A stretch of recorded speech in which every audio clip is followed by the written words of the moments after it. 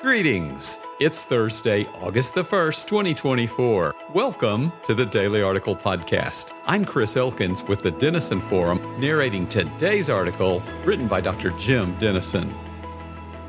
Iran's Supreme Leader, Ayatollah Ali Khamenei, issued an order yesterday for Iran to strike Israel directly in retaliation for the killing in Tehran of Hamas leader Ismail Haniyeh. According to the New York Times, it is unclear how forceful Iran will respond and whether they will calibrate their attack to avoid escalation. Iranian military commanders are considering a combination attack of drones and missiles on military targets in the vicinity of Haifa and Tel Aviv, but they would reportedly make a point of avoiding civilian targets. Israel also killed Fouad Shakra, a senior Hezbollah commander they hold responsible for the Golan Heights massacre. They claim that Shukra had been orchestrating rocket and UAV attacks against Israel since October the 7th and was involved in developing and integrating precision-guided missiles that have the potential to threaten the lives of millions of Israeli civilians.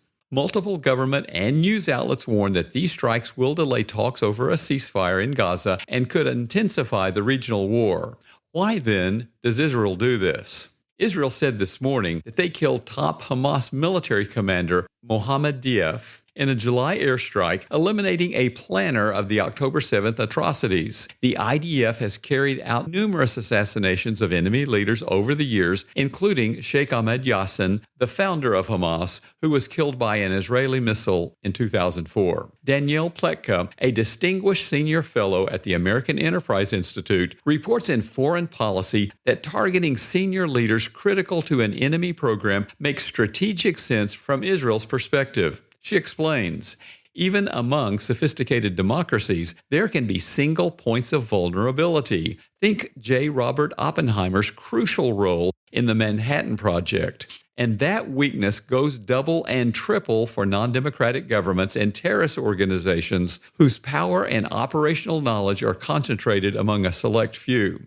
Israeli leaders especially target enemies who cannot be extradited for trial. They believe these actions have caused the number of Israeli deaths from terrorism to decline. In addition, they consider it moral to cause individual deaths that prevent widespread terrorism and mortality. Critics respond that such assassinations generate worldwide condemnation, disrupt diplomatic negotiations, fuel Palestinian anger, and increase the number of terrorists. Now we're waiting for the response of Iran and Hezbollah to Israel's latest targeted killings. Israeli Prime Minister Benjamin Netanyahu promised yesterday that his nation would exact a heavy price for any aggression against us. As the Israeli national anthem was played recently at the Paris Olympics, individuals holding Palestinian flags in the stands gave the Nazi salute. Such atrocious anti-Semitism in support of terrorism against Israel actually makes the case for Zionism by demonstrating that Jews aren't safe without a homeland. Ironically, this horrific act took place in the city where Zionism originated.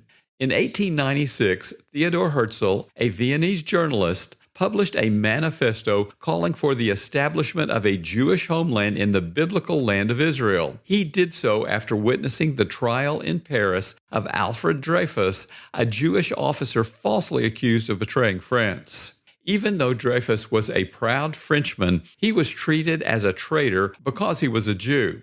Cries of "Death to the Jews" reverberated in the Paris streets, convincing Herzl that Jews needed their own nation to be safe from persecution. His leadership resulted ultimately in the creation of the modern state of Israel in 1948. I am deeply grateful that Theodor Herzl's vision came to pass. Having led more than 30 pilgrimages to Israel, I love the Jewish nation and her people, experiencing for myself Israel's diminutive size and close proximity to enemies who would seek her annihilation. I am convinced that she has the right and responsibility to defend herself. At the same time, I follow the biblical injunction in Psalm 122, verse 6, to pray for the peace of Jerusalem every day. I am convinced that the ultimate answer to peace in this war-torn land will not come through arms, but through hearts. Imagine the difference if those on both sides of this perennial conflict obeyed the call of Scripture in 1 Peter 3, verse 9,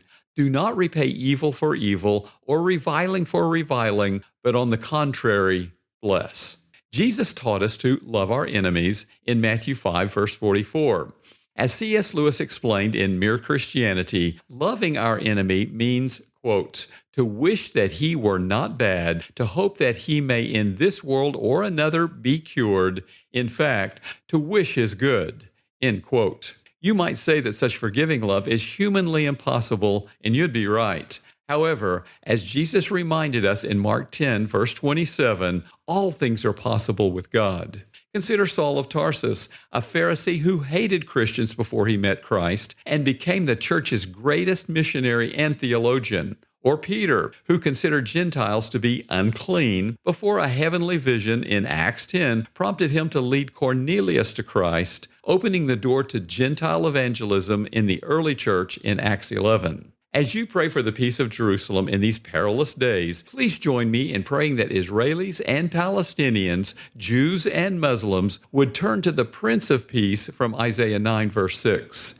Pray for Jesus to continue revealing himself to Muslims in visions and dreams, and pray for the Messianic Jewish movement to continue to expand in Israel. Rick Warren was right. Through salvation, our past has been forgiven, our present is given meaning, and our future is secured. Will you pray now for every person in the Middle East to experience such transforming grace to the glory of God? Listeners like you support Denison Forum's mission to deliver news discerned differently. As a ministry nonprofit, we are fully donor supported. To partner with us, please donate today using the donate link in our show notes.